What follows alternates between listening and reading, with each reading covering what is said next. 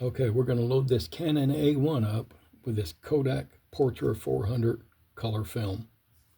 First thing we need to do is you need to set the ASA to 400. Silver button here, you press in, lift up on the ring, turn it to 400.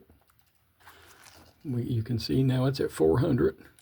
And you're going to pull this film rewind lever up all the way till it pops. Then you're going to press the bottom button here in so that this take-up spool is free spinning. Load in the film into that free spinning take-up spool. Bring it around.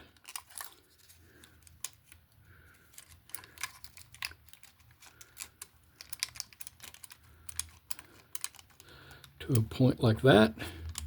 Bring it across the back of the film camera.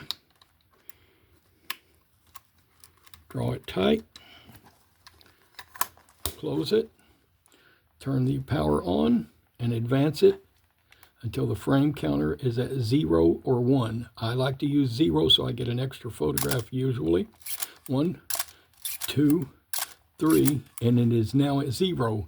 If you are worried about missing another picture and only getting half a frame, you can take it one more step forward. Okay, thank you. Like and subscribe.